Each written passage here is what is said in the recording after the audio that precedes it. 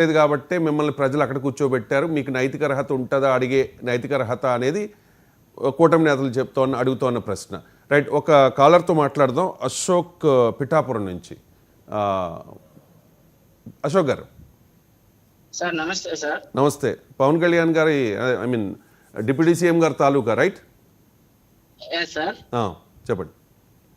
ఇప్పుడు liquor scam గురించి మీరు మాట్లాడుతున్నారు కదా సార్. నాకు ఒక విషయం క్లారిటీ కావాలి సార్. మా ప్యానల్ లో ఉన్న దాసర్ కిరణ్ గారు, అజయ్ సజ్జా గారికి అందరికీ నమస్కారం సార్. అలాగే సురేష్ గారు కూడా నమస్కారం. డైరెక్ట్ పాయింట్కి వచ్చేయండి. ఇప్పుడు వైసీపీ గవర్నమెంట్ లో ఇల్లు ఉన్నాయి కదా సార్. టిడ్కో ఇల్లు కానివ్వండి, హౌసింగ్ కార్పొరేషన్ కానివ్వండి, ఇల్లు ఉన్నాయి కదా సార్. 10,000 రూపాయలు పెట్టి శాశ్వత భూ హక్కు అని చెప్పి 10,000 కట్టించుకున్నారు సార్ హౌసింగ్ లోన్ నుంచి. అప్పుడు ఏం చెప్పారంటే సార్, హామీ ఇది ఈ 10,000 కడితే మీరు ఈ ఆస్తి మీద మీకు పూర్తి హక్కు ఉంటది, మీరు బ్యాంక్ వెళ్ళి రుణాలు తెచ్చుకోవచ్చు అని చెప్పేసి వైసీపీ గవర్నమెంట్ హామీ ఇచ్చింది సార్. హలో సార్, మాట్లాడండి అశోక్ గారు. హామీ ఇచ్చింది సార్.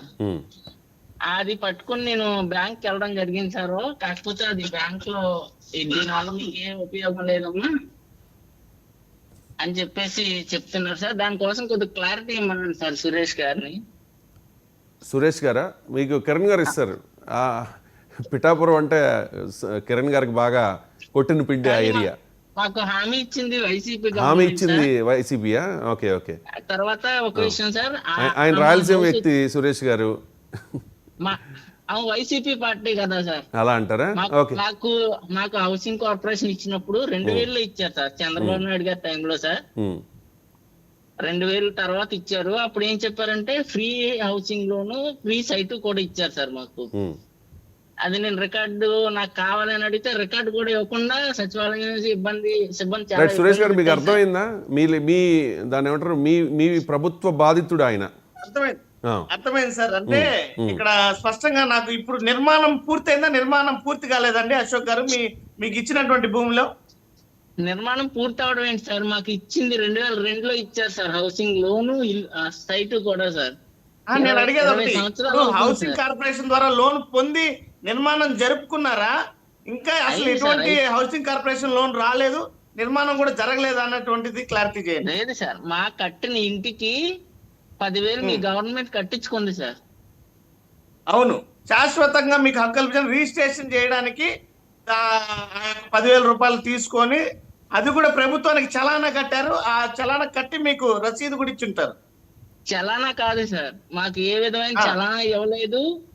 ముందు గవర్నమెంట్ ఏదైతే పట్టా ఇచ్చిందో దాన్నే మార్పు చేసి దాని మీద జగన్ గారు ఫోటో వేసి ఇచ్చారు సార్. అది బ్యాంకుకి పట్టుకెళ్తే దాని వల్ల ఏ ఉపయోగం లేదని చెప్తున్నారు సార్. సార్ మీరు ఇప్పుడు చెప్పేదైతే నాకు అర్థం కావట్లేదు. మామూలుగా శాశ్వతంగా మీకు హక్కు కల్పించడానికి చేసింది ఏంటంటే రిజిస్ట్రేషన్, సచివాలయాల్లో రిజిస్ట్రేషన్ చేసి దాని తాలూకా రిజిస్ట్రేషన్ పేపర్లు కూడా మీకు అందజేస్తున్నారు సచివాలయ సిబ్బంది.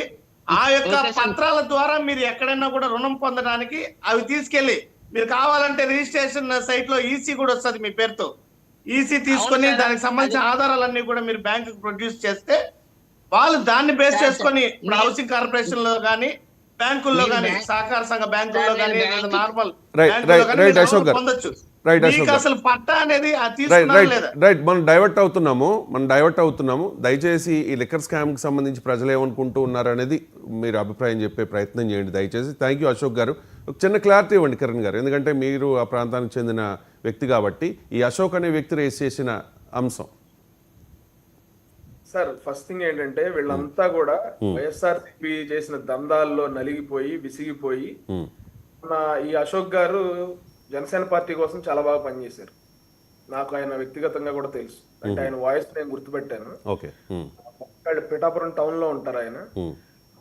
పవన్ కళ్యాణ్ గారి కోసం చాలా బాగా పనిచేశారు. ఆయన గెలిస్తే మా బతుకులు బాగుపడతాయి, ఆయన గెలిస్తే మాకు న్యాయం జరుగుద్ది అని నమ్మిన వ్యక్తుల్లో అశోక్ గారు కూడా. కానీ 14 నెలలు అయింది ఆ సమస్యకి. అప్పటికి సమస్యకి సొల్యూషన్ రాకపోతే సార్, ఇప్పుడు రాష్ట్ర వ్యాప్తంగా వైఎస్ఆర్సీపీ వాళ్ళు డబ్బులు కలెక్ట్ చేశారు ఆ రోజు. సార్, ఈ స్కామ్లన్నీ బయటికి రావాలి సార్. ఇప్పుడు కూటమి ప్రభుత్వం దగ్గర అంత పోలీస్ ఫోర్స్ సరిపోవట్లేదు, కాకపోతే రాష్ట్ర వ్యాప్తంగా డబ్బులు కలెక్ట్ చేసింది వైఎస్ఆర్సీపీ కాదు సార్, ప్రభుత్వానికి చేరింది అది. ఒక్క నిమిషం మాట్లాడండి క్రాస్ టాక్. ఇప్పుడు జగన్మోహన్ రెడ్డి గారి ఫోటో వేసినా కూడా అది కూడా 10,000 అయితే కాదు, దానికి నామమాత్రమైనటువంటి 10,000 అంటే మీకు రిజిస్ట్రేషన్ నామమాత్రమే చేయడానికి సార్. తీసుకున్నారు. రైట్. సురేష్ గారు, ఇప్పుడు మీలాగా డబ్బున్న వాళ్ళకి 10,000 నామమాత్రమే, కానీ 10,000 కాదంటున్నాను కిరణ్ గారు, నేను 10,000 కూడా కాదు. అది వాళ్ళు ఎక్కడ తీసుకుని అసలు రిజిస్ట్రేషన్ పత్రం కూడా నాకు ఇంకా రాలేదంటున్నాడు. అసలు ఏం జరిగింది అనేది క్లారిటీ లేదు అతని దగ్గర.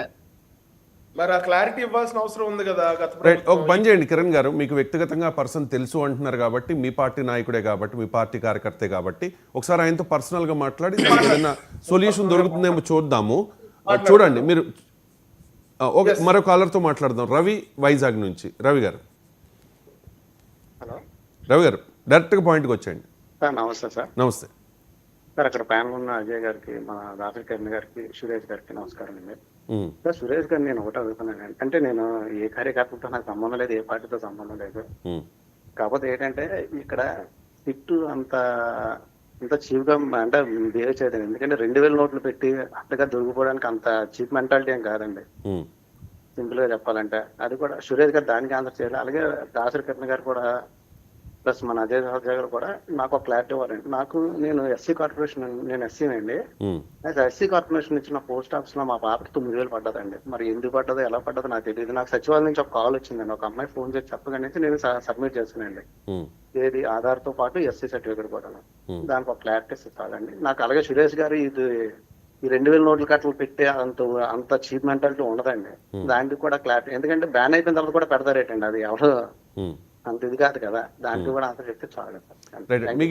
మీ ప్రాబ్లం ఏంటన్నారు? ఎస్సీ కార్పొరేషన్ 9,000 పడ్డాయి సార్. మరి ఎలా పడ్డది, దేనికోసం పడ్డదో నాకు తెలియదు సార్. మరి మీ అకౌంట్లో డబ్బులు పడియా? పడ్డాయి సార్, పాప అకౌంట్ లో పడ్డదండి, పోస్ట్ ఆఫీస్ అకౌంట్.